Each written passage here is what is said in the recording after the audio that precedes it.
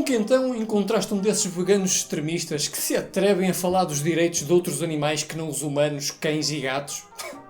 Extremistas. Mas, depois de ouvir os argumentos, afinal até fazem sentido. Matar animais é chunga e tal, e então vais deixar de comer carne. Espetacular, certo?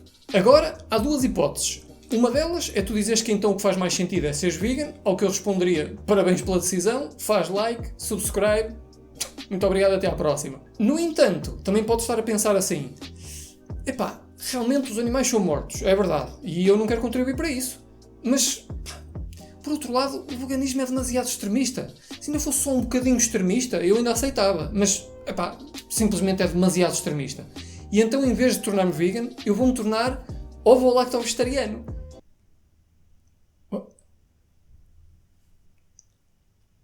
Ok, deixar de comer carne ajuda bastante e eu até percebo a tua ideia de substituir a carne por leite e ovos. Neste vídeo eu vou tentar demonstrar que consumir esses produtos não só é mau, como provavelmente ainda é pior do que consumir carne. Vamos a isso. Então, primeiro, como é que funciona a indústria da carne?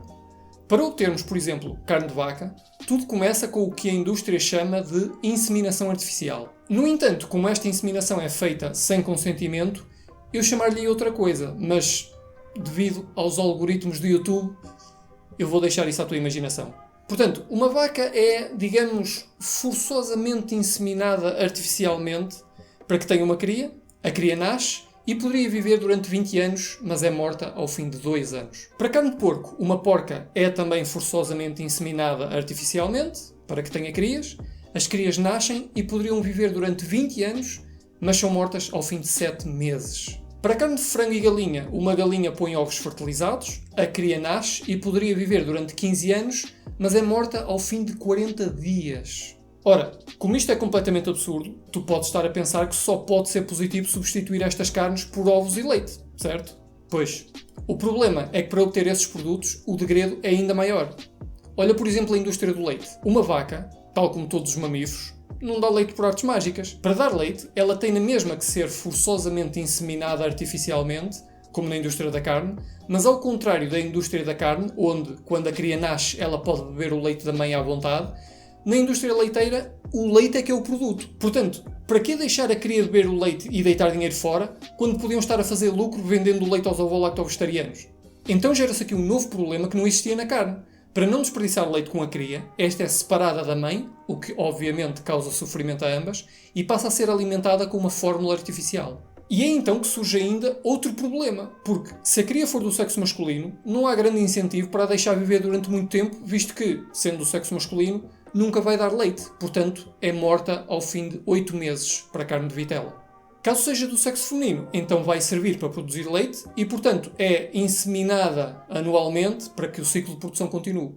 Eventualmente, passados 5 ou 6 anos, ela deixa de produzir a quantidade de leite obrigatória. E se deixaste de comer carne porque não gostavas da ideia de matarem os animais, então também não vais gostar muito do final deste processo, porque, como já deves estar a adivinhar, continuar a gastar recursos com a vaca durante mais 15 anos sem obter lucro nenhum com isso é muito mau para o negócio. Portanto, ela é carinhosamente encaminhada para o mesmo matador que as vacas que são criadas para carne. Ou seja, tanto na produção de carne como na produção de leite, os animais são mortos no final do ciclo produtivo, que é sempre uma percentagem muito pequena da sua esperança média de vida normal. Quanto aos ovos, o problema é ainda mais complexo. Na produção das galinhas para a indústria dos ovos, nascem tanto machos como fêmeas em aproximadamente igual proporção.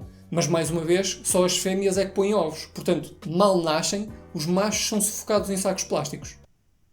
Não, estou a brincar. Alguns são sufocados em sacos plásticos, mas a maioria é morta em câmaras de gás. Não, estou a brincar. Alguns são sufocados em sacos plásticos, outros em câmaras de gás, mas a maioria dos pintainhos machos são triturados vivos no primeiro dia de vida. Não, desta vez não estou a brincar. É mesmo a sério. Ou seja, por cada galinha que é criada para produzir ovos, temos que contar com 2 mortes. A do seu irmão, que teve o azar de nascer macho e, portanto, é inútil para a indústria, e a da própria galinha, que, apesar de poder viver durante 15 anos, é morta com 1 ano e meio porque, mais uma vez, repete comigo, chega ao fim do ciclo de vida produtivo. Claro. Mas pelo menos, durante esse ano e meio, vive que nem uma rainha numa mansão galinácea com jacuzzi, solário, toalhas de banho de linho belga produzido nos vales mais orgânicos do... Achas? Quanto menos espaço por galinha, mais galinhas no mesmo espaço. E quanto mais galinhas, mais ovos. E mesmo as galinhas criadas ao ar livre, a parte do ar livre é só de nome, porque na realidade são criadas em armazéns gigantescos com portinholas minúsculas que dão acesso ao ar livre, às quais a esmagadora maioria das galinhas nem sequer consegue aceder e as que conseguem fazem-no apenas por tempo extremamente limitado pelo produtor. Resumindo, se te obrigassem a escolher, preferias viver durante 2 anos em más condições antes de te espetarem uma faca no pescoço? Ou viver durante 5 anos nas mesmas más condições, para além disso seres vítima de inseminação forçosa todos os anos, roubarem-te os bebés e no final espetarem-te na mesma uma faca no pescoço? E o que achas que é pior? Viver durante 40 dias em más condições antes de te espetarem uma faca no pescoço?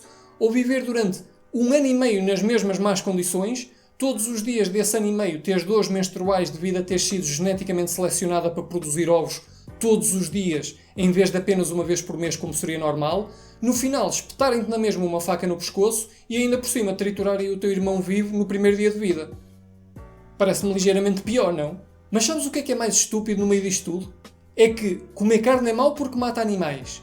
Substituir a carne por leite e ovos é ainda pior porque, para além de matar na mesma os animais, ainda lhes prolonga o sofrimento.